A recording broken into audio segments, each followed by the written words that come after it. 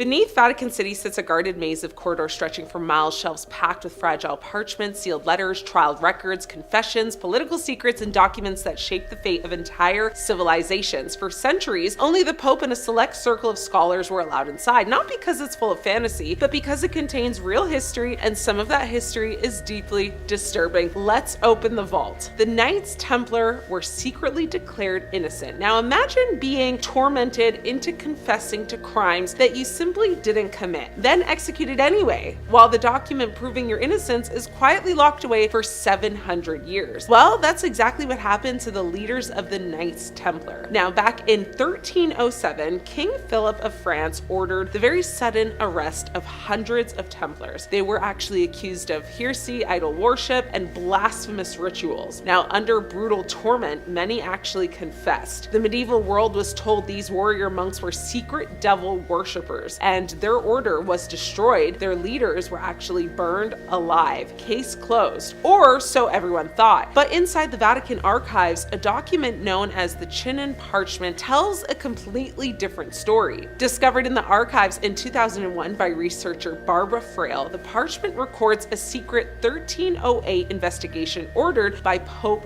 Clement. Now, here is the bombshell. The Pope absolved the Templars' leaders of heresy. Now, they were not declared innocent of everything, but they were reconciled with the church. Spiritually forgiven, if you would say. Now, officially cleared of the most serious religious crimes, yet politically, the Pope still dissolved the order under pressure from the French crown. So, while the world believed the Templars passed away condemned as heretics, a document in the Vatican vault showed they had actually been pardoned before their execution. History didn't just get this wrong, it got it backwards. The Vatican archivist who became a criminal. You expect secrets in the archives. You don't expect the archivist himself to become one of them. Now, in the 1940s, a Vatican official named Monsignor Eduardo Pretner Kipoco worked with sensitive materials connected to church administration and archives. But behind the scenes, he was actually running a scheme that sounded kind of more like a spy thriller than a church scandal. So he forged financial documents, he stole valuables that had been entrusted to the church. Jewelry went missing, funds were diverted, important papers were tampered with, and at one point, he even managed to escape custody. His arrest and trial in 1948 became a massive embarrassment. A man with insider access to Vatican records had,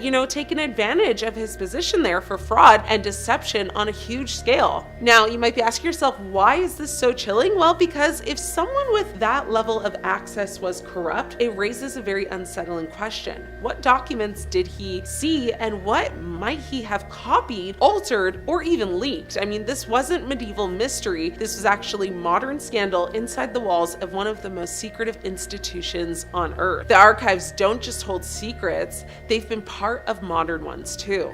The Lelolet secret that stayed hidden for over a century. 2 children, a mountain in France, a vision of the Virgin Mary that alone would be enough to spark controversy. Now, what made this apparition truly unsettling was what came next. In 1846, 2 children claimed a radiant woman appeared to them and delivered a message. Now, these written secrets were sent to Rome and placed into church custody. They were not widely published. They were not openly discussed. They were stored. For over a century, speculation swirled that they contained messages of the future. Now, the Vatican eventually clarified which versions were considered authentic and which were later embellished, but the fact remains the original handwritten secrets were preserved in Vatican custody for generations, fueling the idea that, these prophecies might be too scary to actually release to the public. Letters from prisoners begging for their lives. The Vatican archives don't just hold theology, they hold lost words. One of the most haunting categories of documents in the archives is personal correspondence from historical figures facing trial, imprisonment, or execution. Among them are letters from Mary, Queen of Scots. While imprisoned in England, she wrote to Pope Sixtus V pleading for support and intervention as it loomed. Now, her letters are emotional, they're really deep. The archives also contain records from the trial of Galileo Galilei, who was condemned for supporting, lots of different things. His interrogations, forced, admissions. These are not legends, these are original documents and recordings that these institutions don't want released. Reading them is like standing in a room while history makes a decision you already know will end very badly. The third secret of Fatima and the fear of what wasn't said. Now, in 1917, 3 children in Fatima, Portugal, reported visions of the Virgin Mary who gave gave them 3 secrets. The first 2 were eventually revealed, the third was written down, sealed, and delivered to the Vatican with instructions that it should be opened later. For decades it remained locked away, rumors exploded worldwide, people believed it predicted nuclear war, the end of the church, global catastrophe, but in 2000, the Vatican released a text they said was the full third secret, a symbolic vision involving suffering and, people that would be assassinated in the church. Not everyone was convinced though. Some believe the message was incomplete or that there was more explanation needed. Now, 20th century turned this into one of the most debated religious secrets in modern history, and it shows how a single envelope can make such a big deal. Now, these are real working historical archives, but when you combine them all together, the result is a collection of records that can feel more unsettling than any ghost story, because these aren't legends, they aren't receipts, there actually are just proof from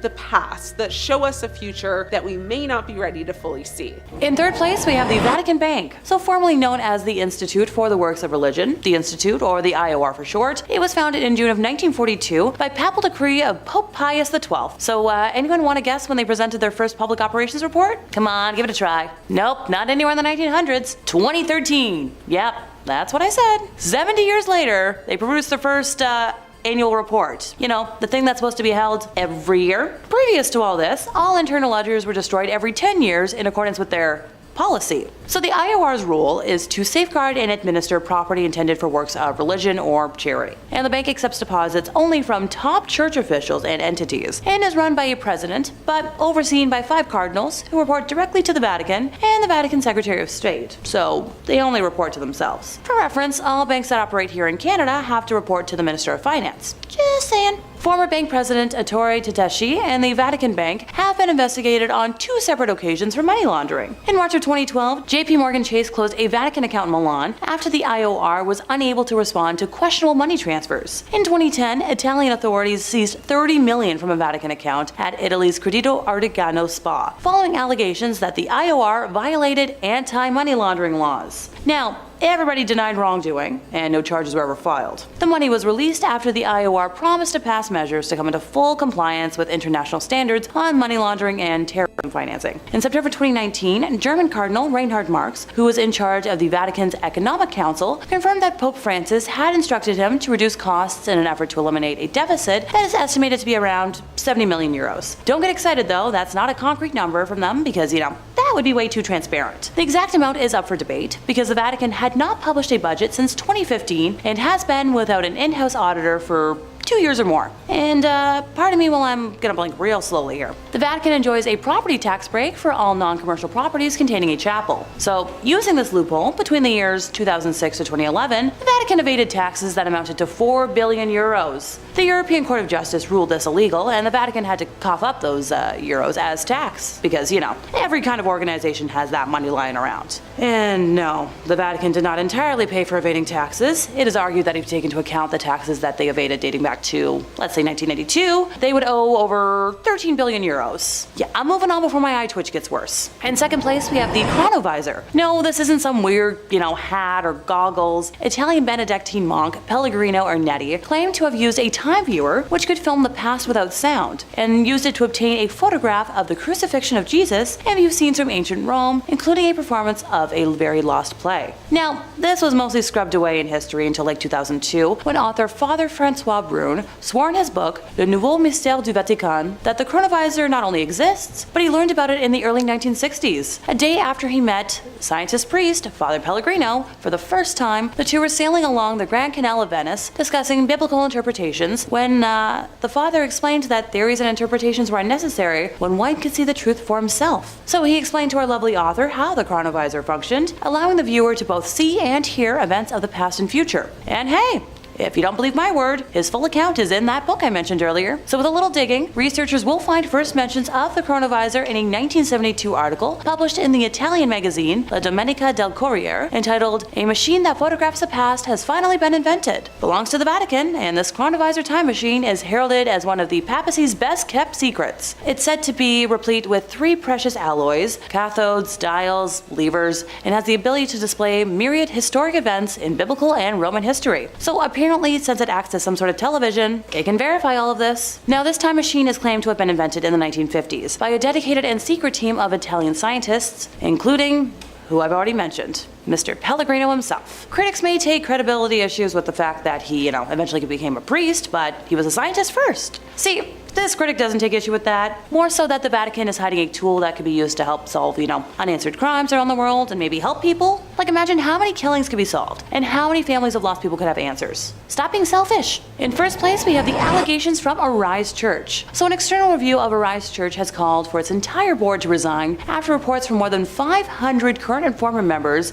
that include allegations of cult-like behavior, racism, SA, and conversion therapy came to light. So that report, compiled by a group called Pathfinding, which is, a consultancy firm for charitable organizations, was leaked to journalist David Ferrier, who revealed pretty damning allegations. The report was filled with experiences of, like I said, so many people involved with the church, which received nearly $15 million in donations the year before it was released. A 34-page summary of the investigation concluded it was undeniable that there had been significant hurts caused to people involved with Arise and egregious and systemic failures in governance over many years. And called for the board members to get the heck out. Arise Church senior pastor John Cameron did resign from his role following all these allegations, and Brent Cameron, pastor and brother of John, also resigned from his position around the same time. In a statement on its website, Arise said it was committed to safely share the stories of those who had participated and the report had been illegally obtained. Sure, whatever you say. The Pathfinding report recommended a full independent review of the church's finances, including, how donations tagged for certain purposes are used in reality, and a review of policies around expenditure limits for senior leadership. It also recommended disallowing tithing by younglings, and for those who are unaware, it means giving a percentage of your earnings. There was pressure to donate money, and some felt pretty uncomfortable about comments made about their donations. And oh no, I wish I could swear right now. Underage people should not have to give a percentage of their earnings to anything if they're working. In total, 545 people completed submissions for the review, including folks from every campus across the country, past and present ministry school students, current and former members, staff, and past board members. They revealed harmful practices that had continued up until present day, and a very significant number of people had experiences that caused pain and hurt. A review found racist remarks were said from those preaching on the stage, with some staff being told to focus on white kids. When troubling behavior was experienced by members, they felt unable to speak up due to the pressure to say yes and please senior leaders amid an honor culture that had a strong focus on leadership rather than Jesus. This culture created favoritism among members, and leaders sometimes used derogatory nicknames over a period of months for some individuals. So the reviewers heard from people who were pressured to continue working despite illness or serious injuries, including broken bones and concussions, and the dangers people faced driving through the night on no sleep to meet expectations, and operating heavy machinery after 17 hours of duty. Reviewers heard reports of people at the church who were part of the LGBTQI+ community being subjected to conversion therapy and denied opportunities to serve because of their sin. And when I tell y'all I almost burst into tears when I first read that, as an openly bisexual woman, in today's day and age, I just want to scream whenever someone claims sexuality other than heteronormativity is an abomination or a choice that can be changed. People are born this way and that's their lives. Let them be. It's not going to hurt your existence. Arise Church has reported a loss of almost $2.8 million, and after all of the above came out last year, I couldn't be happier. The average number of people at physical Sunday services fell from 4,000 people to under 3,000, and virtual services were attended by an average of 700 people, down from over 1,000. Numbers also fell across the church's programs for children, which went down 28%, and young people, which was down 62%. The Grand Grimoire. Now, the Grand Grimoire is a legendary book of black magic said to contain rituals for summoning demons and forging pacts with them. Now, the book describes several demons as well as the rituals to summon them in order to make a pact with them. Now, it also details several spells for winning a lottery, talking to spirits, being loved by a girl, making oneself invisible, etc., etc. While its existence remains unverified, some believe that a copy does reside within the Vatican's secret archives. Now, given its content, it's purported that the Pope and other high-ranking officials avoid any interaction with the text, fearing the spiritual dangers that it poses.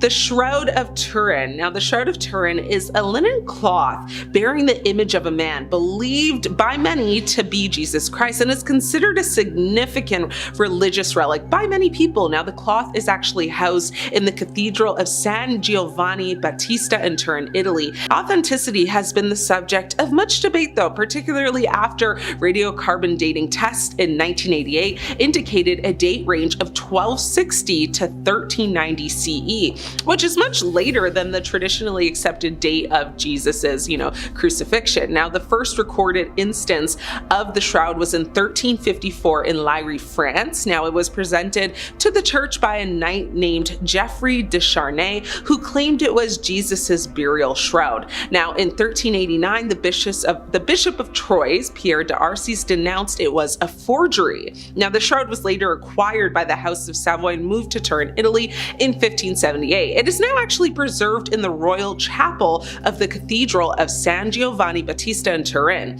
While it is, one of the most studied artifacts in human history, its authenticity does remain debated. The Vatican has been very cautious in its handling of the shroud, with popes, often observing it from a distance during public displays, possibly due to its controversial nature and the mysteries surrounding its origin. The Index Librorum Prohibitorium. Now, the Index of Forbidden Books was a list of publications deemed heretical or contrary to morality by the Catholic Church. The early versions of this index began to appear from 1529 to 1571. In the same time frame, in 1557, the English Crown aimed to stem the flow of dissent by chartering the Stationers' Company. The right to print was restricted to 2 universities, Oxford and Cambridge, and to the 21 existing printers in the City of London, which had between them maybe 53 printing presses. Now, while the index was officially abolished in 1966, copies and related documents are preserved in the Vatican archives. Some of these texts are considered very dangerous and that they remain under strict lock and key, with the Pope even abstaining from reading them to avoid exposure to potentially corrupting ideas. The Papal Tiara of Lucifer. Now, the phrase Papal Tiara of Lucifer is a symbolic association, not a historical fact. It highlights the association of Lucifer, Satan, with the Papal Tiara, a symbol of the Catholic Church's head of state, the Pope. Now, this phrase suggests a connection between worldly power and religious authority, with the figure of the devil often seen as a symbol of evil and rebellion against God. A legend speaks of a Papal Tiara that was crafted but never actually worn, known as the Tiara of Lucifer. It's said to have been commissioned during a tumultuous period in church history and imbued with symbols considered blasphemous. Now, due to its controversial nature, the tiara was hidden away, with successive popes refusing to even acknowledge its existence, let alone wear it. The vial containing the dried blood of Saint Generis, which liquefies miraculously on certain occasions, is kept in Naples, but the Vatican has its own blood relics with similar phenomena. Now, some of these relics have exhibited unpredictable behavior, leading to concerns about their origins and the forces at play. Due to these uncertainties, the Pope often refrains from direct interaction with such relics.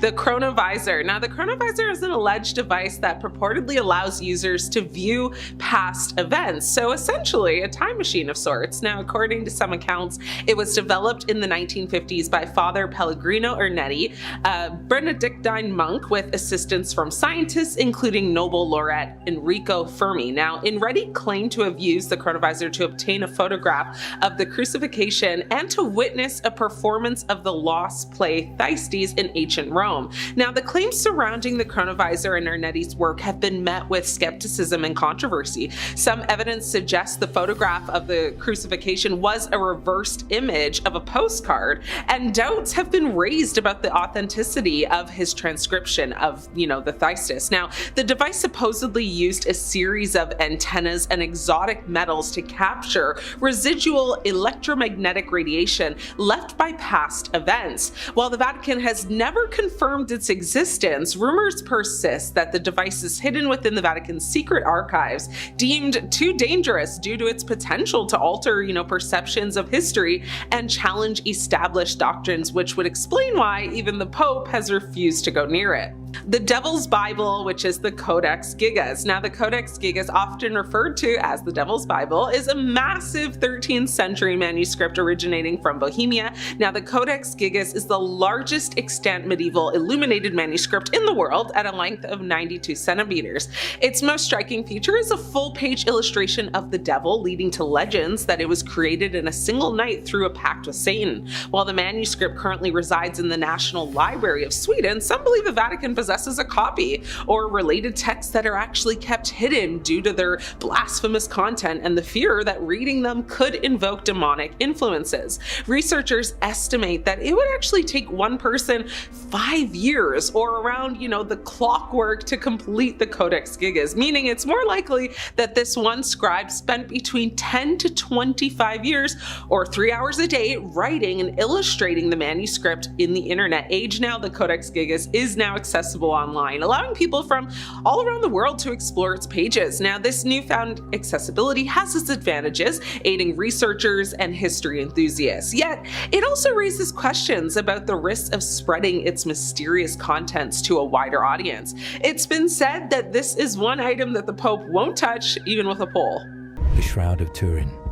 Our journey begins with an object of immense fascination and debate, the Shroud of Turin.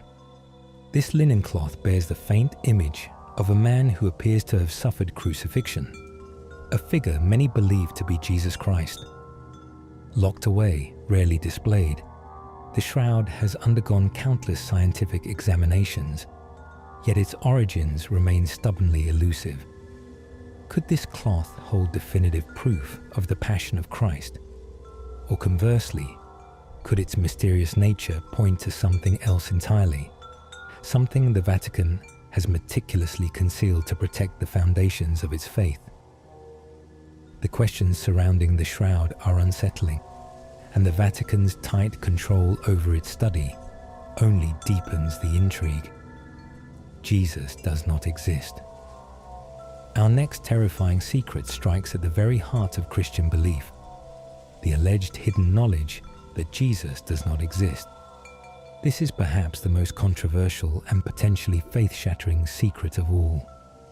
Could historical documents or archaeological findings, locked away in the Vatican's extensive libraries, cast doubt on the historical existence of Jesus Christ as depicted in the Bible?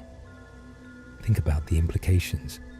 Nero, the Roman emperor, and Paul, a pivotal figure in early Christianity. Could these letters, if genuine, expose a reality that contradicts the Gospels?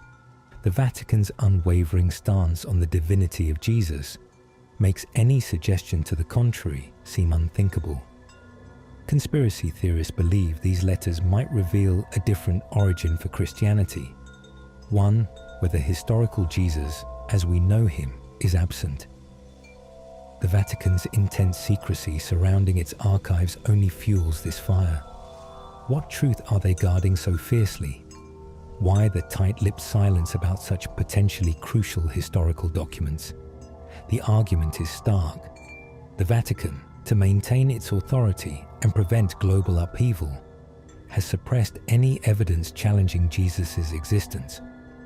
The claim that the Vatican hides proof Jesus never existed is a dangerous one, shaking the foundations of faith worldwide.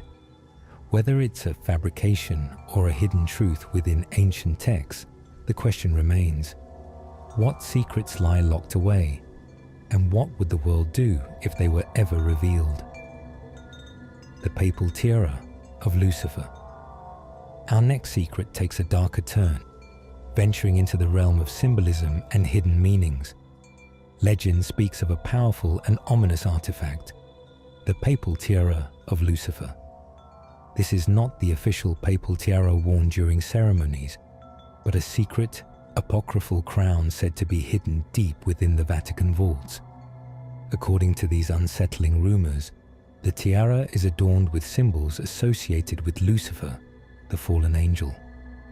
Could this be mere folklore, a dark whisper in the shadows? Or does it hint at a hidden, perhaps unintentional connection to darker forces within the highest echelons of the Church? The very suggestion sends shivers down the spine and raises uncomfortable questions about the true nature of power and influence. Evidence of extraterrestrial life. Now, we move from earthly mysteries to cosmic possibilities. Could the Vatican, with its vast archives and historical reach, possess evidence of life beyond our planet? The idea of evidence of extraterrestrial life being secretly held within the Vatican might sound like science fiction, but consider this. The Vatican has its own astronomical observatory, and throughout history has been privy to countless unexplained phenomena. Could encounters with beings from other worlds have been interpreted through a religious lens and subsequently concealed to avoid widespread panic or theological upheaval? The implications are staggering, and the silence from the Vatican on this topic is deafening to those who seek answers among the stars. The chief exorcist of the Vatican performed 100,000 plus exorcisms. Finally, we arrive at a secret that speaks of a constant battle against unseen forces. It is said that the chief exorcist of the Vatican performed over 100,000 exorcisms. This staggering number suggests a level of demonic activity far beyond what is commonly acknowledged. Father Amorth was the Vatican's go-to person when it came to what the Church believes is demonic influence. That's a lot of times someone believed they needed help against something truly scary. Think about it. Over 60,000 prayers, rituals, and blessings to try and help people struggling with something they couldn't explain. While the Catholic Church officially recognizes the existence of demonic possession, the sheer volume of exorcisms reportedly performed by the Vatican's chief exorcist paints a chilling picture. Could this indicate a hidden war being waged in the shadows? A constant struggle against malevolent entities that the public is largely unaware of? The implications are terrifying, suggesting a vulnerability within even the most sacred of places to forces that seek to corrupt and destroy. The Devil's Bible, which is the Codex Gigas. Now, the Codex Gigas, often referred to as the Devil's Bible, is a massive 13th century manuscript originating from Bohemia. Now, the Codex Gigas is the largest extant medieval illuminated manuscript in the world at a length of 92 centimeters. Its most striking feature is a full-page illustration of the devil, leading to legends that it was created in a single night through a pact with Satan. While the manuscript currently resides in the National Library of Sweden, some believe the Vatican possesses a copy or related texts that are actually kept hidden due to their blasphemous content and the fear that reading them could invoke demonic influences. Researchers estimate that it would actually take one person 5 years or around, the clockwork to complete the Codex Gigas, meaning it's more likely that this one scribe spent between 10 to 25 years or 3 hours a day writing and illustrating the manuscript. In the internet age now, the Codex Gigas is now accessible online, allowing people from all around the world to explore its pages. Now, this newfound accessibility has its advantages, aiding researchers and history enthusiasts. Yet, it also raises questions about the risks of spreading its mysterious contents to a wider audience. It's been said that this is one item that the Pope won't touch, even with a pole. The Spear of Destiny, also known as the Holy Lance or the Spear of Longinus, is believed to be the weapon that pierced the side of Jesus during the crucifixion. Now, over the centuries, it has been associated with immense power, with legends claiming that whoever possesses it holds the fate of the world in their hands. Now, the spear is associated with immense power and just the ability to basically control world events for good or for evil. Throughout history, various figures like Emperor Constantine, Napoleon, and even far worse ones have been fascinated by the spear, seeking to possess it. Now, there are multiple claims to the original spear, with some relics housed in various locations like St. Peter's Basilica in Rome and the Hofburg Treasure House in Vienna. The spear has been a symbol of power, destiny, and religious belief, influencing historical events and shaping narratives. Now, due to its controversial history and the potential for misuse, it's rumored that the Vatican has secured the spear, with the Pope refraining from direct contact to avoid dire consequences associated with its legends. Third Secret of Fatima. Now, the Third Secret of Fatima, revealed in 2000 by the Vatican, describes a vision of persecution and the attack on a bishop dressed in white, interpreted as a prophecy of the 1981 assassination attempt on Pope John Paul II in 1917. Now, 3 shepherd children in Fatima, Portugal, basically reported visions of the Virgin Mary, who entrusted them with 3 secrets. Now, while the first 2 were revealed early on, the third secret remained undisclosed until the year 2000. However, many believe that the full content of the third secret has never actually been entirely revealed, as it allegedly contains apocalyptic prophecies. Now, the Vatican, along with other interpretations, saw the secret as a warning about, the persecution of Christians and the dangers of war. Now, some interpretations also include the vision of hell, notes on the Fatima website. Now, the Vatican's reluctance to disclose the complete secret has led to a lot of speculation that its contents are so disturbing that even the Pope avoids direct engagement with the original documents.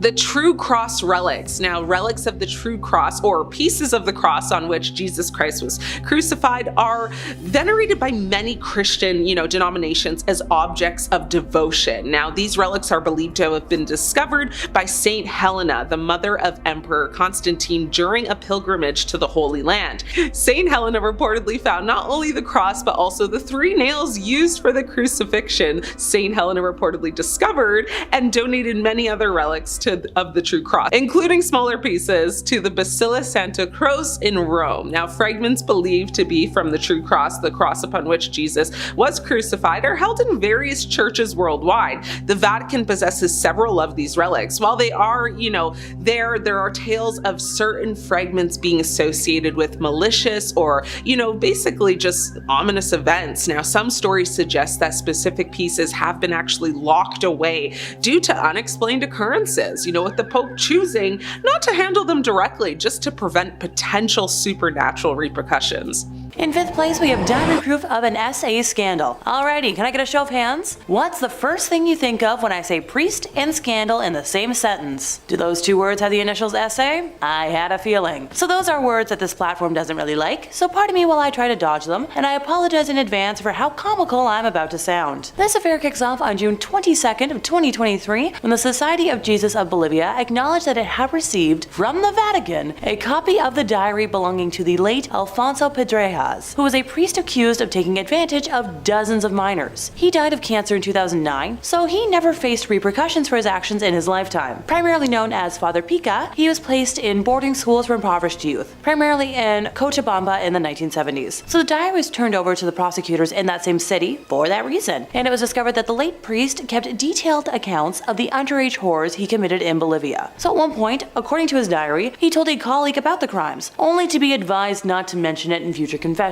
Yeah, the good old ignore it and it'll go away approach. The priest's nephew, Fernando Pendrejas, discovered a printout of the diary in an attic and turned it over to a major newspaper. And in its pages, the priest wrote lines such as, "I hurt so many people, too many." The newspaper publishing excerpts from the diary prompted an outcry in Bolivia and an official Vatican response. Go figure. Pope Francis promised to ensure the full cooperation of the church to work alongside the government as it investigates the allegations. He also expressed sorrow over the ongoing revelations in the Catholic Church, calling them deplorable. Yeah, okay. And remind me again, what does full cooperation mean? Coming from an institution that covers up more than it discloses, pardon me if I take that with a pound of salt. Bolivian President Luis Arce has called on his country to strengthen controls to prevent foreign priests with, a history of sexual crimes from entering the country. Which, it's fine, and obviously I support that, and, great, but it's hard to find that out when the church is super skilled at covering things like that up. Priest Jordi Bortomeu, a sex crime investigator from the Vatican, arrived in Bolivia back in May to gather information about prevention efforts being undertaken within the church to stop these kinds of crimes. Well, that sums it up right there for me, folks. The church has its own sex crime investigator. It's such a problem that they have a specialist.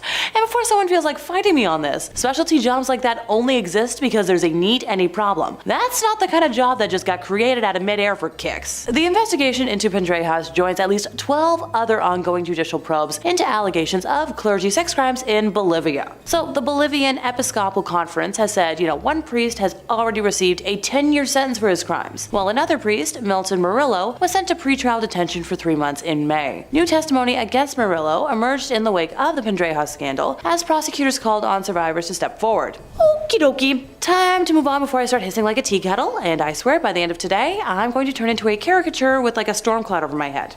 In fourth place, we have a drastic loss of support. So in Germany, people who are formerly members of a church pay a so-called church tax that helps to finance it in addition to the regular taxes that the rest of the population have to pay. If they register their departure though with local authorities, they don't have to pay it anymore. Granted, there are some exceptions for like low earners, folks who are jobless, retirees, students, and etc. But I'm pretty sure here in North America, all money given is through donation, and you just, stop going on your own terms if you want, but it's more complicated elsewhere. But also feel free to let me know in the comments if I'm wrong, because I'm not a certain expert on Catholicism. Anywho, more than 500,000 people formally left the Catholic Church in Germany last year, which was significantly higher than the previous record. The German Bishops' Conference said specifically that over 522,000 people left the church last year, which is up from around 350,000 in 2021. In comparison, only 1,447 people joined the Catholic Church, which was around the same as the previous year. The departures left the number of Catholic Church members in Germany at nearly 21 million, which is just under a quarter of the population. Now, the Bishops' Conference didn't detail reasons for departures in this annual release of statistics, but many people have turned their backs on the church in recent years, amid fallout from scandal over bad things done by clergy and others. Wow, I'm shocked. In 2018, a church-commissioned report concluded that at least 3,667 people were harmed by clergy in Germany between 1946 and 2014, with more than half the victims being under 13 and nearly a third of that served as altar boys. Various dioceses tasked law firms or others to put together reports on their own past handling of these cases, which has led to massive tensions in the Cologne Archdiocese, where the Archbishop, Cardinal Rainer Maria Wolkai, drew widespread criticism for his handling of a report he commissioned. His offer of resignation has been pending with the Pope for months. Now, an independent report in the Munich Archdiocese, where the late Pope Benedict served as Archbishop from 1997 to 1982, last year faulted the handling of cases by a string of church officials past and present, including the then Cardinal Joseph Ratzinger himself. The head of the Central Committee of German Catholics, an influential organization, said she was sad but not surprised at the number of departures last year, and has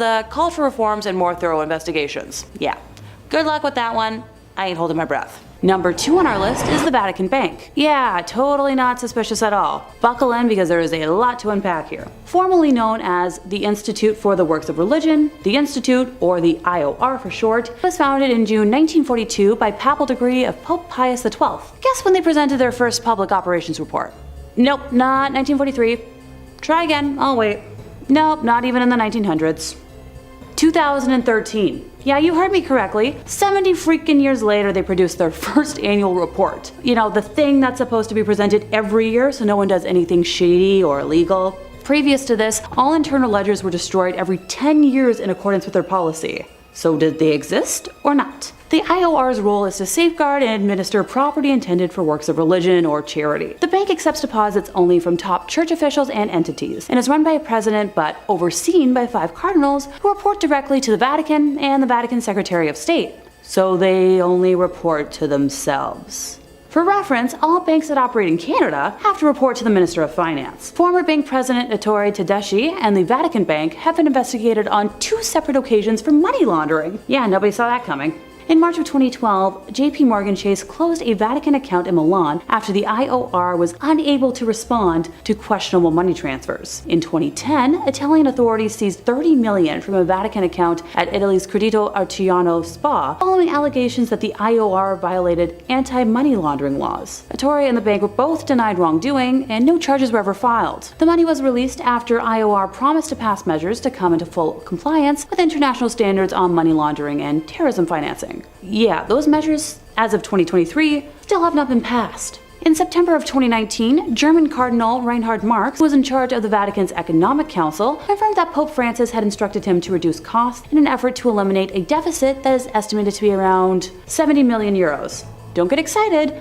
That's not a concrete number from them, because that would be, too transparent. The exact amount is up for debate because the Vatican has not published a budget since 2015 and has been without an in-house auditor for 2 years. Pardon me while I slowly blink here. The Vatican enjoys a property tax break for all non-commercial properties containing a chapel. So using this loophole between the years 2006 and 2011, the Vatican evaded taxes that amounted to about 4 billion euros. The European Court of Justice ruled this illegal, and the Vatican had to cough up 4 billion euros as post-dated tax. Sure, because every normal organization has that kind of money just lying around. The Vatican did not entirely pay for evading taxes, and it's argued that if you take into account the taxes they evaded dating back to 1992, the total amount's going to be over 13 billion euros. That's right, billion. On the 28th of June in 2013, 3 people were arrested by the Italian police on suspicion of corruption and fraud, having planned to smuggle 20 million in cash from Switzerland into Italy. One of those people arrested was Monsignor Nunzio Scarano, previously senior accountant at APSA, the Vatican's administration of the Patrimony of the Apostolic See. Try saying that 5 times fast. In January of 2014, he was further charged with money laundering through IOR accounts in yet another investigation. I'm seeing a pattern here. Are you? According to a police statement, millions of euros in false donations from offshore companies had moved through his accounts. Already in July of 2013, the IOR had frozen the money in his accounts. In July of 2016, Nunzio was acquitted of allegations of corruption, but was given a 2-year sentence after being convicted of lesser charges of making false allegations. His money laundering trial in his hometown of Salerno was still pending at this time. The other person arrested was a bank person and a former Secret Service agent. In February of 2017, a court in Rome convicted 2 former top Vatican Bank officials, Paolo Cipriani and Massimo Tullioff, for omissions in communications involving 3 small transfers. Paolo was a former Vatican Bank director, and Massimo was his former deputy. They were, however, acquitted of a more serious money laundering charge, which involved 60 million in transfers, and were sentenced to 4 months and 10 days in prison.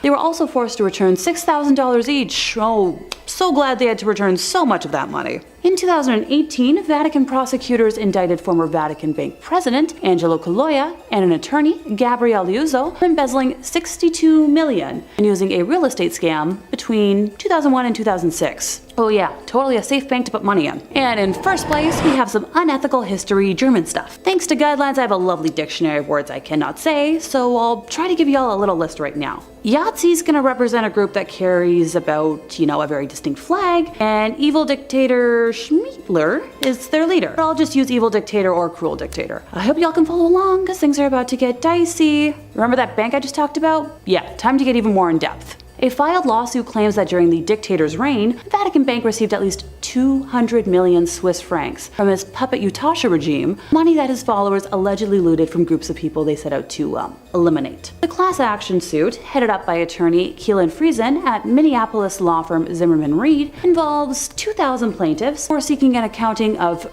purported funds as well as restitution that can amount to around $200 million. The claim also names, unidentified Swiss, Austrian, Argentine, Spanish, Italian, Portuguese, and German banking institutions, where plaintiffs' lawyers say some of the plunder may have been routed to help the war criminals escape to Argentina. The suit relies on once classified documents from various countries that have been made public in recent years, as well as a 1998 U.S. government report issued by Commerce Undersecretary Stuart Eizenstat. Some of the report's most damning evidence appears in a 1946 intelligence memo from a U.S. Treasury agent named Emerson Bigelow, who states that the Swiss francs were held in, you guessed it, the Vatican for safekeeping. The Vatican has constantly denied allegations of receiving Yahtzee gold and said in its internal review that they showed no trace of such funds. Sure, I'm totally gonna trust the internal review from a bank that destroyed their records for 70 years before going public. One of the reasons the Vatican has been criticized is that it refuses to open its archives as others have done. A key figure in helping the Utashi was Krunoslav Draganovic, a Croatian priest who was head of the College of San Girolamo in Rome. Men from Croatia who wanted to become priests lived at San Girolamo while studying for ordination. After World War II, the college served as a safe house for the Usashi underground. It is alleged that Draganovic had aided the military and civilian leaders who had been in power in Croatia and committed war crimes.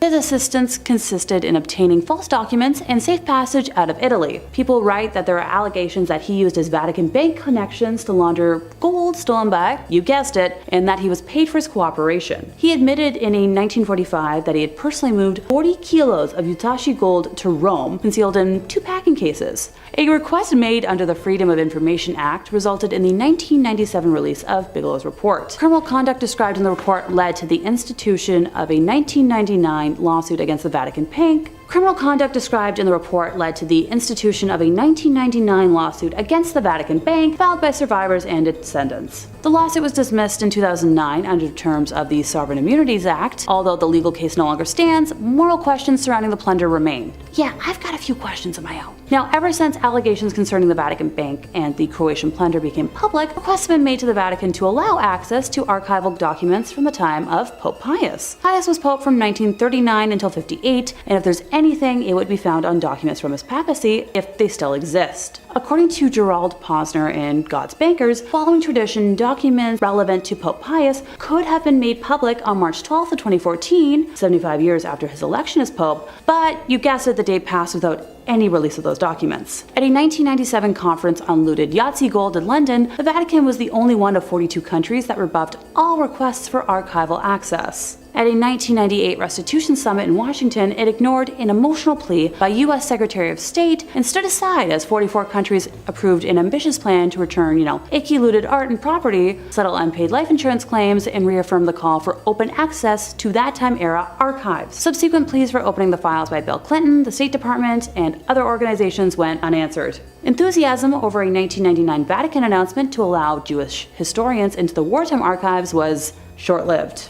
Access was limited to 5,000 documents that had been selected and published years earlier by 4 hand-picked academics. The Vatican archives are home to many secrets and artifacts that you can only dream of. Today we've got the 3 secrets of Fatima, exorcism records, and more crazy historical stuff that deserves to see the light of day. The very controversial third secret of Fatima is believed to be a secret document hidden within the archives. In 1917, 3 folks from Portugal received prophecies, one of which was witnessed by thousands of people. But this supposed suppression of the third secret fueled rumors that its contents were regarding a nuclear world-ending event, natural disaster, or worse. The release of the contents of this secret in 2000 didn't do much to quell speculation. So to be specific, the first prediction was a vision of hell. The second was a prediction of the end of the first world mass extinction event, and a prediction of the beginning of a worse war, as well as a call to consecrate an entire country that's still doing bad things to this day to the Immaculate Heart of Mary as a way to bring peace. And finally, the third big elusive secret, a vision of the Pope,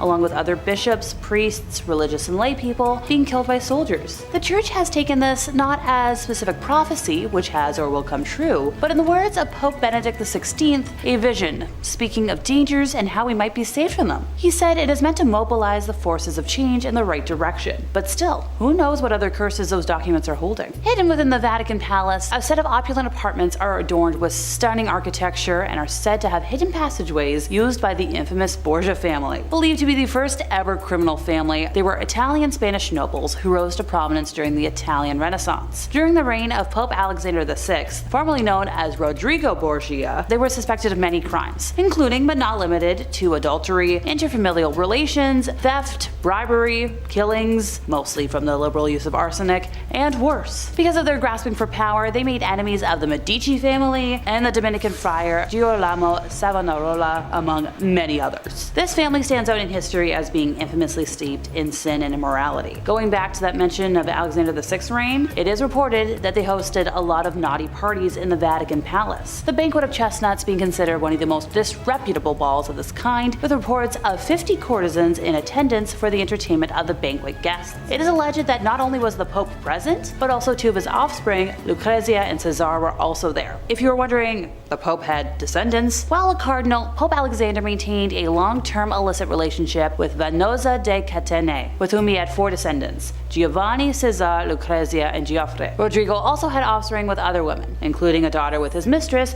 Giulia Farnese. Cesar went on to kill Giovanni in hopes of gaining more power within the family, and was successful on that front. Lucrezia was a notorious poisoner. She became famous for her skill at political intrigue and the mysterious deaths and disappearances of her husband. I wouldn't want to mess with whatever evil spirits are still lingering around those old apartments and passageways, since there's probably a reason they aren't used anymore. The most cursed ledger of all time that calls the Vatican archives its home would have to be the record of exorcisms conducted by the Catholic Church. A famous man once said, "The greatest trick the devil ever pulled was convincing the world he doesn't exist." And in modern day Vatican City, the devil is considered alive and well. The late Pope John Paul II personally performed 3 exorcisms during his reign, and Pope Benedict XVI expanded the ranks of the Catholic-sponsored exorcists throughout the world. In fact, Father Gabriel Amorth, the Church's chief exorcist, claims to have expelled more than 300 demons a year from the confines of his Vatican office. And there's about 350 exorcists operating on behalf of the Catholic Church in Italy alone. Father Gabriel also teaches bishops how to tell the difference between satanic possession and psychiatric illness, noting that those who suffer from the former seem to be particularly repulsed by the sight of holy water and the cross. So in Catholicism, exorcisms are performed in the name of Jesus Christ. And there's a distinction between major and minor ones. Minor exorcisms are included in some blessings in which priests call 12 sacraments, such as blessed salt. The Catholic rite for formal exorcism, which is the major one, is given in section 11 of the Ritual Romana. The ritual lists guidelines for conducting this, and for determining when a formal one is required. In Catholic practice, the exorcist also has to be an ordained priest, if that wasn't obvious. They recite prayers according to the rubrics of the rite, and make use of religious materials, such as icons, sacramentals, and holy relics. The exorcist invokes God,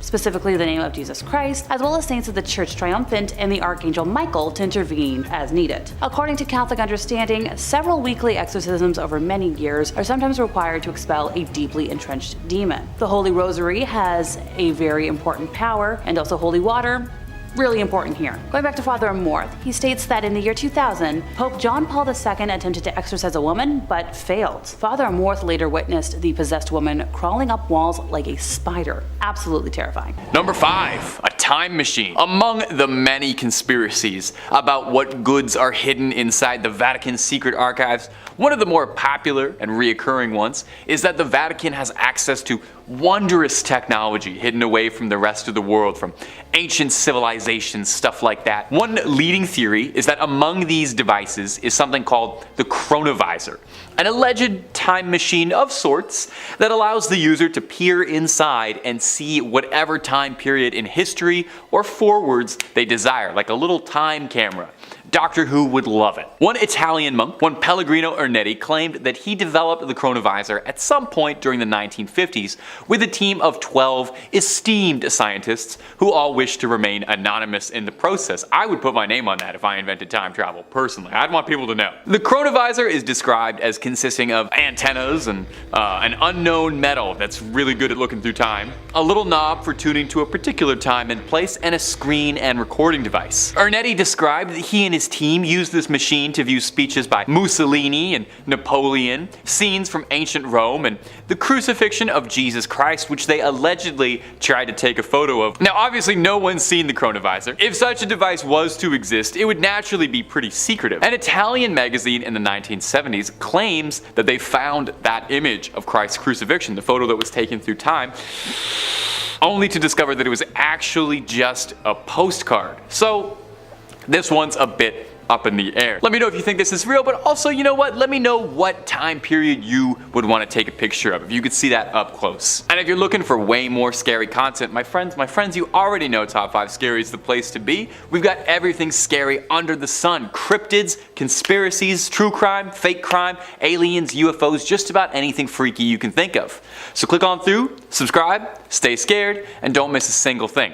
But keep watching this video too, okay? We worked hard on it. Number 4, the 3 secrets of Fatima. Over 100 years ago, 3 young people in Portugal from the town of Fatima claimed that they were visited by the Virgin Mary herself in a vision, and the Madonna shared with them wondrous prophecies and visions onto them. These visions, allegedly, were the Second World War, the rise and fall of communism, and the death of a pope. And these were referred to as the 3 secrets of Fatima. Very cool prophecy stuff. Now, story goes that the Madonna would visit these 3 shepherds every 6 months on the 13th day of each month on the dot. She was very punctual. Influenza would end up claiming the lives of 2 of these prophets, leaving only one to share messages with the world, and then only briefly too. Conspiracies and conspiracists state that the things the Virgin Mary told the shepherds weren't quite reported on accurately, and in truth, the church knows the real secrets that were bestowed upon the Fatimans, and that these were way too dangerous to be let out and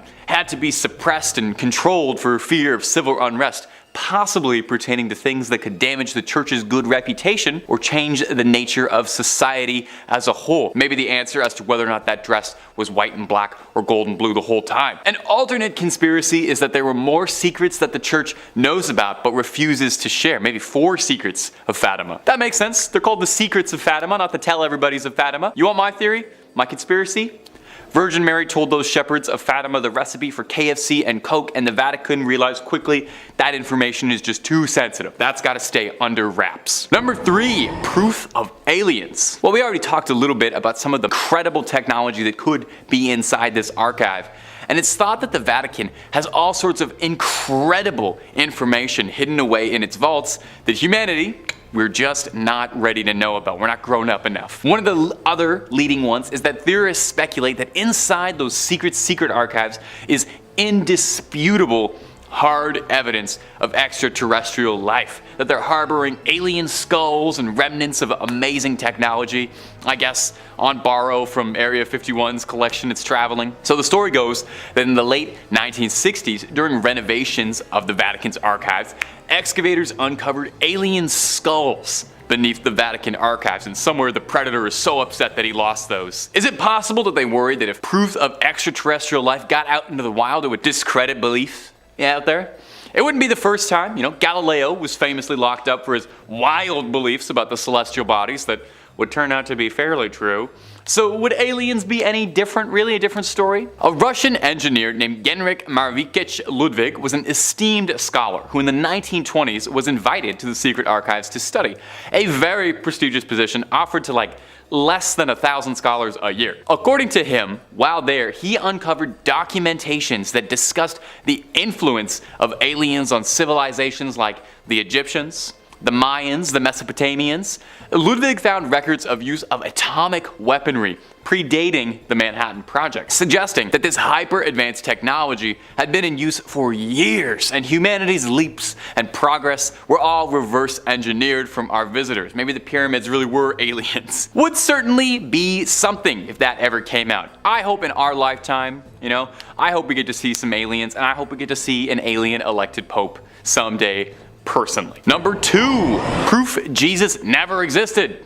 Or did. Now, among the things that you would think the Vatican would really want to keep hidden and on the DL would be proof that the Lord and Savior did not exist. This is another popular conspiracy theory emanating about the Vatican, that one of the things they're trying to cover up is some alleged document that insists Jesus as we know him wasn't quite real or wasn't as reported accurately. That would make sense. If I was the Pope, that would be the number one thing I would want to keep under wraps, right?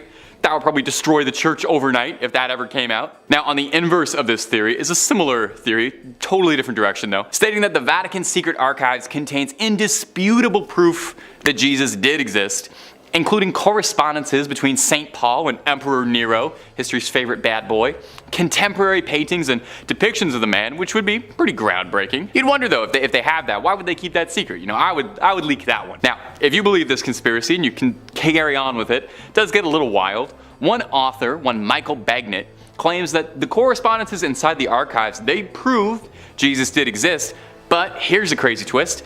He didn't die on the cross, as we all know, but rather there was a very complicated scheme with Pontius Pilate to secretly fake Jesus' death to appease the citizens of Rome.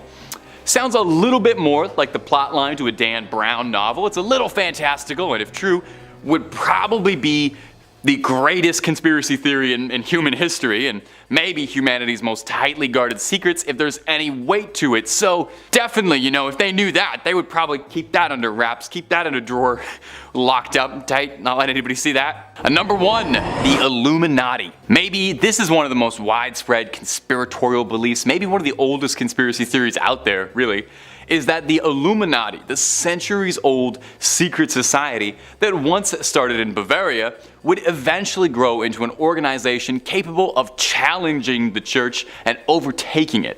And if you believe the conspiracies, it's clandestinely pulling the strings behind everything, controlling the world from the shadows, inserting key members of its order into the highest levels of government, religion, the Disney Corporation, the rap industry, and also including their symbols hidden in everything. That one, I guess, just for fun, just to, flex.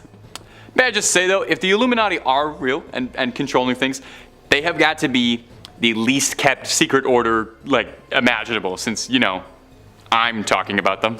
Well, the conspiracy goes that the Vatican is closely tied with the Illuminati, with some believing that cardinals and the papacy are all tied to Illuminati interests, and that the secret archives contain bountiful proof of this: memos, meetings, plans for world domination, etc.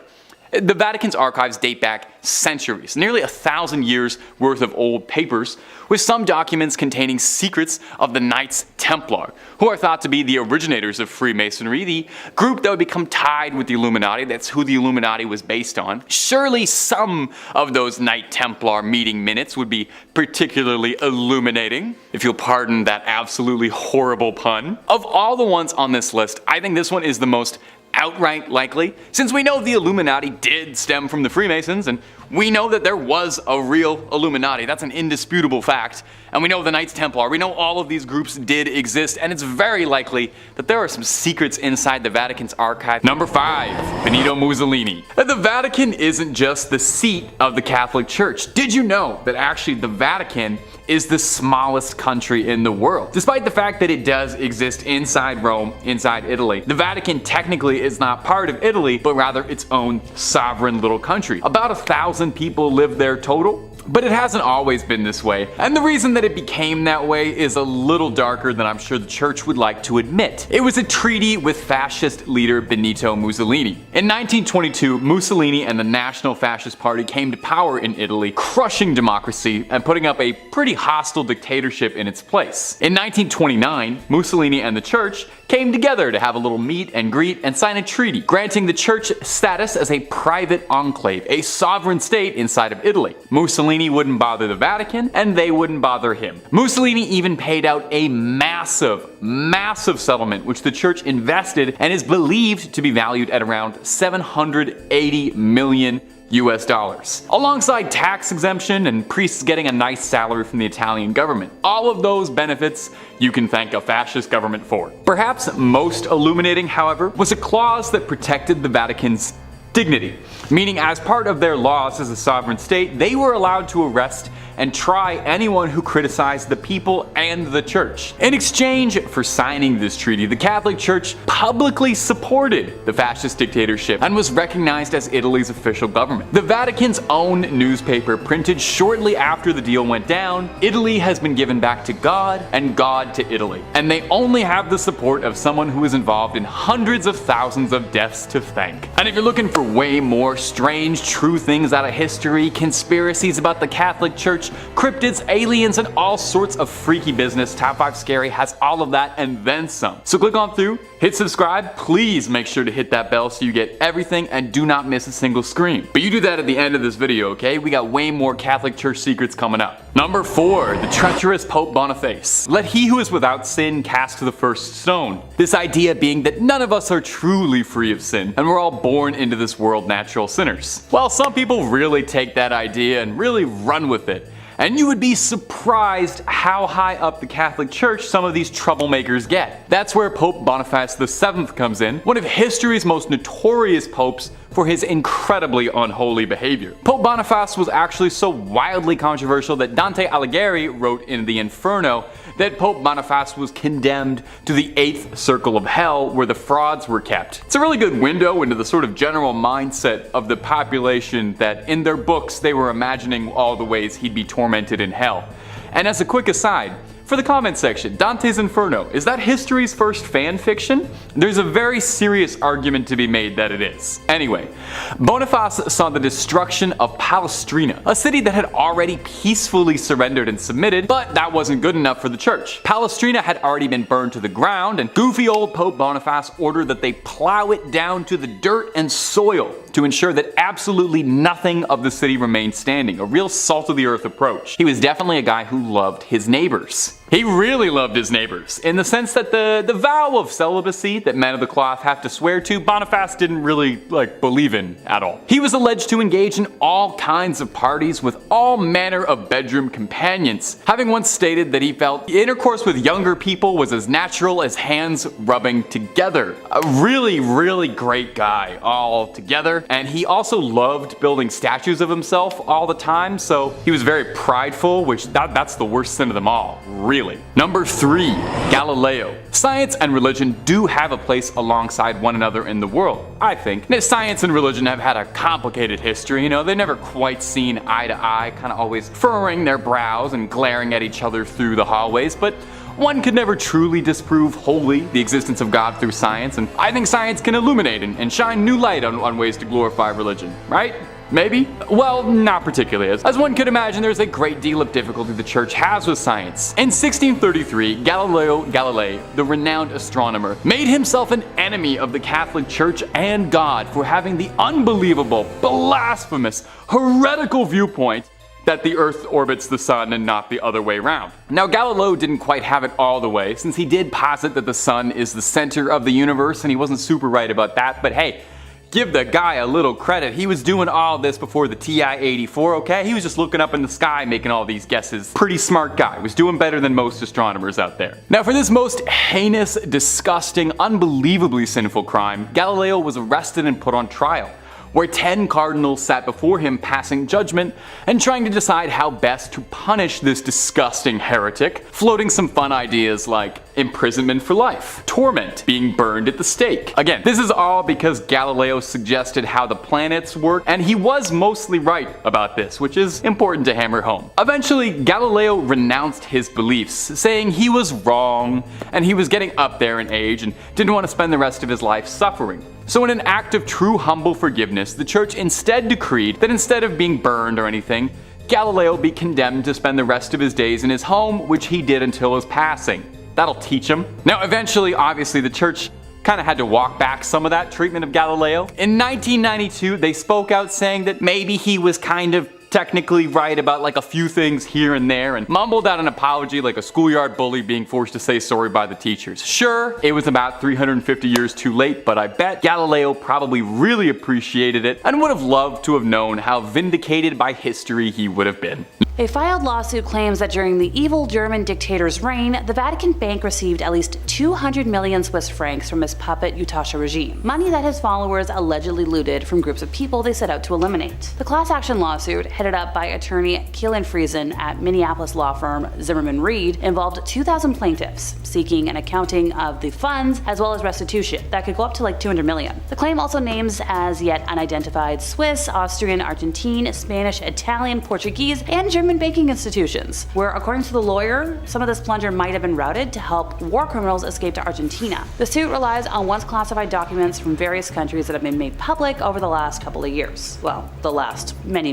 years, as well as a 1998 US government report that was issued. Some of the report's most damning evidence appears in a 1946 intelligence memo from a US Treasury agent named Emerson Bigelow, who states that the Swiss francs were held in the Vatican for safekeeping. The Vatican has consistently denied allegations of receiving Yahtzee gold, and said its internal review showed no trace of such funds, because you're going to trust the internal review from a bank that actually destroyed their records for 70 years before going public on occasion. One of the reasons the Vatican has been criticized is because it refuses to open its archives. A key figure in helping folks keep this money hidden was Krunoslav Draganovic, a Croatian priest who was the head of the College of San Girolamo in Rome. So men in Croatia who wanted to become priests lived at San Girolamo while studying for ordination, and after the big mass extinction event, the college served as a safe house for the Utashi underground. So it's alleged that Draganovic aided Utashi military and civilian leaders who had been in power in Croatia and committed crimes. Krunoslav's assistance consisted in obtaining false documents and safe passage out of Italy. Experts write that there are allegations that Krunoslav used his Vatican Bank connections to launder the gold stolen by the Utashi, and that he was paid for his cooperation. By the way, Krunoslav admitted that in 1945 he had personally moved 40 kilos of Utashi gold to Rome, concealed in packing cases. A request made under the Freedom of Information Act resulted in the 1997 release of Bigelow's report. Criminal conduct described in the report led to the institution of a 1999 lawsuit against the Vatican Bank, filed by survivors and descendants of the Utashi. But the lawsuit was dismissed in 2009 under terms of the Sovereign Immunities Act. Although the legal case no longer stands, there's a lot of moral questions around all of this. Ever since allegations concerning the Vatican Bank and the Croatian plunder became public, there's been a lot of requests to the Vatican to allow access to the archival documents, and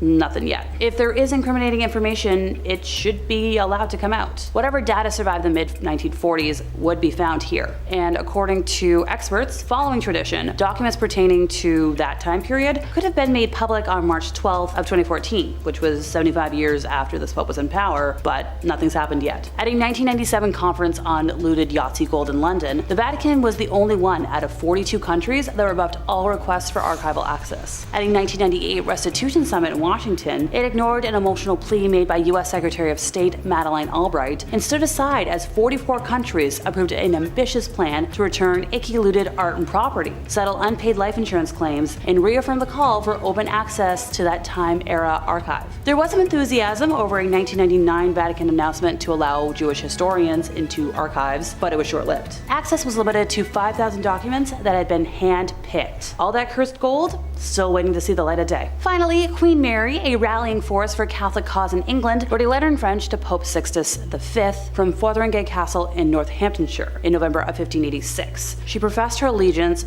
to the Catholic Church of Rome and was going against the falsehoods perpetrated by her enemies in England. Now, this letter was written a few weeks before losing her head for her alleged involvement in the plot to take out Queen Elizabeth I. She claimed that the tribunal that condemned her to death was illegitimate, but her claims couldn't save her life or her head. Kicking off this list in 5th place, we have the possibility of proof of alien life. In 1998, news reports emerged that strange, elongated, distinctly alien-looking skulls had been found during a restoration of the Vatican Library, with many suggesting that the Vatican secret archives must be hiding evidence of extraterrestrials. Perhaps an understanding between the Vatican and extraterrestrials is too far out there, too convenient to contemplate. Except the Vatican itself does not run from ties to aliens. Consider the words of Cardinal Conrado Balducci, a high-ranking Vatican official since the 1960s and close friend to many popes, who in 1998 instructed followers to remember a paragraph of the New Testament where St. Paul refers to Christ as King of the universe, not only as King of the world. That means that all beings in the universe, including aliens, are reconcilable with God. Heck, the current pope has said he would baptize an alien, so I guess that's progress for the church? You tell me. In 4th place, we have Conscience Court. Yep, the Vatican has a secret court for sins based on conscience. Not proof, not evidence, but absolution from conscience. Bishops who handle such hearings are the Apostolic Penitentiary, also known as the Tribunal of Conscience. Created by Pope Alexander in 1179, it was a secret to the public until 2009. Wow, a secret they kept from the general public? Consider me less than surprised. The sins judged in this court vary from spitting out the desecration of a communion wafer to priests breaking their vows of celibacy. Spitting out communion's a sin? News to me. I can think of a lot of icky priests that should go to real court for how they broke their vows, not a court where they're simply forgiven. Sinners who seek absolution have to write a petition to the Holy See. They use pseudonyms to protect their identities and submit the petition to the tribunal. The tribunal considers the matter, but the decision-making lies with the major penitentiary, and if he is uncertain, then he submits the matter to the Pope. Until about the 18th century, heinous crimes such as ending lives and fornication against will were judged by the tribunal. Sure, let's give Father whatever his name is a slap on the wrist so he can have a clear conscience about breaking serious laws and go back to his biggest concern about having a perfect life after passing. Because that's the priority for serious crimes. Same with using a fake name for protection. Really great.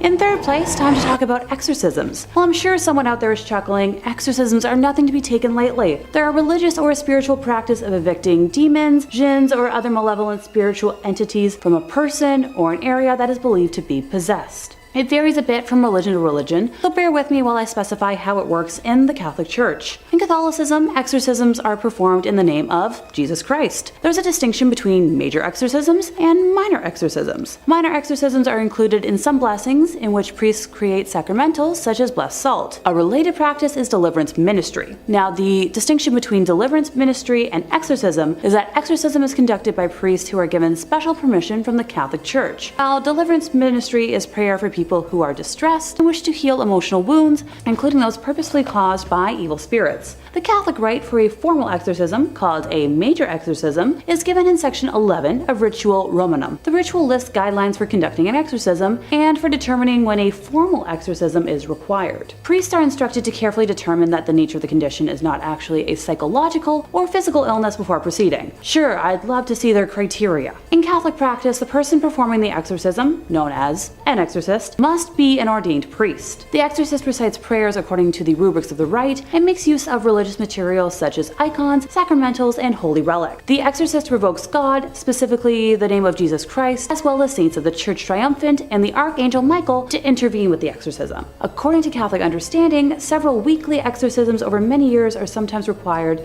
to expel a deeply entrenched demon. St. Michael's prayer against Satan and the rebellious angels, attributed to Pope Leo, is considered the strongest prayer of the Catholic Church against cases of diabolical possession. The Holy Rosary also has an exorcistic and intercessory power. Cool, maybe I'll go get my rosary one of these days. Holy water is a common aid for exorcism. Its use belongs to the prayer to St. Michael. The chief exorcist of the Vatican, Father Gabriel Amorth, stated that he had performed tens of thousands of exorcisms over his 60+ years as a priest.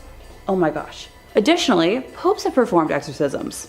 Father Amor states that in 2009, Pope Benedict slammed Satan out of 2 guys, and in 2000, Pope John Paul II attempted to exorcise a woman, but failed to do so. Father Amor later witnessed the possessed woman crawling up the walls like a spider. Interesting. In Roman Catholicism, exorcism is a sacramental but not a sacrament, unlike baptism, confession, First Communion. Unlike a sacrament, exorcism's integrity and efficiency do not depend on the rigid use of an unchanging formula or the ordered sequence of prescribed actions. Its efficiency depends on 2 elements: authorization from valid and illicit church authorities, and the faith of the exorcist. Ever since the rise of the popularity of exorcisms in the movie of, similar name, the church has tried hiding that they still practice them, but we know better. Number 2, the wild and wacky life of Pope Benedict IX. Over the years, there have been many controversial popes. I mean, there's a bunch on this list already. In fact, you'd probably find more popes are wrapped in controversy than you might imagine. Now, it's pointless to compare sins on any sort of moral scale as to who's the most evil or the worst pope, but it's hard to argue that few of them got up to as much chaos and trouble as Pope Benedict IX, who was one of the wackiest, most notorious popes out there. He once sold the position because he got bored of it. It's said he began his pontification when he was a young man because his wealthy family just wanted it, and that was like a thing you could do back then. If you had enough money, you could just bribe the church and ask that your son become pope. Benedict loved the lifestyle and behaved the way Joffrey Baratheon would, kind of really letting the power get to his head almost immediately. He would spend his money on women of the night, hosting lecherous, wild, erotic parties, which allegedly would have all manner of man, woman, and if the stories are to be believed, animals as well. It was not long before there were conspiracies being drawn up to assassinate the Pope, if you can believe that. Even just saying that feels weird, but they wanted to assassinate the Pope. Probably in a case of divine intervention or fate, on a feast day, his enemies snuck into St. Peter's Basilica carrying rope, ready to tangle up the Pope. But a solar eclipse scared the assassins so badly they called the whole thing off, and to be honest, I totally get it. If I was planning on disposing the Pope and the sun got blocked out, I'd assume God was furious at me. Failed coups notwithstanding, Pope Benedict's reputation did not improve much. He was attacked by an angry mob in 1045, and he was forced to flee and would be replaced by another pope, one Sylvester III. 2 months later, however, Benedict would return to take the title back. But 2 months later, he decided that he didn't really enjoy being pope anymore. It wasn't as fun, what with all the constant bombardment of hate and failed attempts on his life. So he sold it to his godfather for what amounted to nearly $30 million.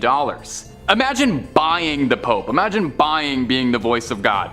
Anyway, if you can believe it, like Emperor Palpatine, somehow Pope Benedict returned a 3rd time. King Henry III of Germany had arrested Pope Sylvester III for being a false pope, and the godfather that he had sold the throne to had given up the papacy, admitting that it was shameful and heretical for him to have ever done so in the first place. So Henry appointed a new German pope while Benedict was in hiding, and that pope mysteriously passed away 8 months later from a poisoning, which many historians suspect Benedict had his little fingers in. So Benedict came back for a 3rd time to be the Pope, only this time no one was putting up with him. They'd been through this 2 more times, they weren't doing it again. Henry III sent troops to drag him out of the basilica. He spent his dying years in a monastery and is now remembered in history as one of the worst popes ever. And number 1, the Pazzi conspiracy. If you've garnered anything from this video that I've been telling you, I sincerely hope it's that the Pope doesn't always follow the rules. Sure, the guy interprets the will of God, he's got a direct line to talking to him, but that doesn't mean he follows every single one of his rules. Now, we've already discussed some of the wildest sins that popes have been caught up in, but let's top it all off with a full-blown assassination conspiracy revolving around the Pope ordering a hitman. No, really. In the 1470s, Pope Sixtus IV hatched a scheme to rid Florence of the Medicis, the most influential family in the country at the time, rivaling the church. The Medicis had served as the bankers for the papacy for generations, and as such were loaded. Pope Sixtus kickstarted this conflict when he changed the Medicis over as the bankers to the Pazzi family, who were more loyal to him. The Medicis didn't want to pay to help the Pope claim the town of Imola, which the Medicis themselves wanted to lord over. So with these in the way, the Pope thought that something had to be done about these meddling Medicis. So Sixtus contracted 2 assassins to carry out the plot against Lorenzo and Giuliano de' Medici during Easter Mass on Sunday.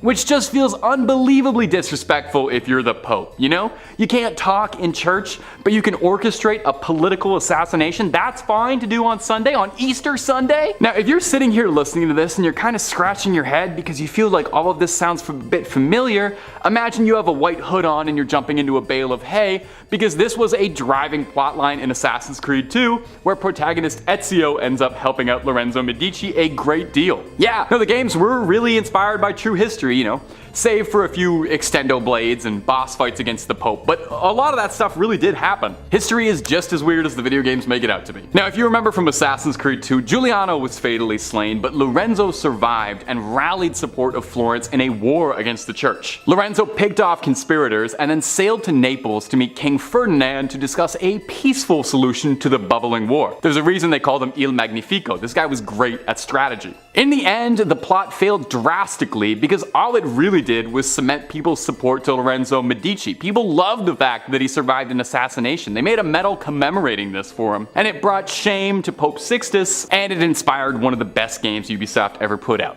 Each of these secrets, if true, could profoundly alter our understanding of history, faith, and our place in the universe. But remember, the Vatican, like any ancient institution, holds countless stories and mysteries within its walls. Whether these particular rumors hold weight or are simply products of speculation, they serve as a powerful reminder that even in the most sacred places, questions remain, and the pursuit of truth is a journey that never truly ends. Tonight, we delve into places where the sacred has been touched, not by angels, but by something far darker. Our first stop takes us to Kansas City, Missouri, and St. Mary's Episcopal Church. Here, rumors persist of a 19th century priest whose spirit is unable to find peace. This was no ordinary priest. Arriving in a city rife with anti-Catholic sentiment, his own leanings towards Catholic traditions and rumors of scandalous behavior made him a target. Accusations flew, his reputation was dragged through the mud, and ultimately, his life ended abruptly by poison. But his passing was not the end for Father Jardine. Many who have been near St. Mary's late at night report an unsettling feeling of being watched. Strange footsteps echo in the empty building, and the phantom scent of incense fills the air, even when no candles are lit. Some have even claimed to see the shadowy figure of a priest with a flickering candle in the second-story window, a silent sentinel forever bound to the church he served and the controversies that consumed him. Father Jardine's spirit, forever in torment, a chilling reminder that judgment and scandal can leave an indelible mark, even in the most sacred of places.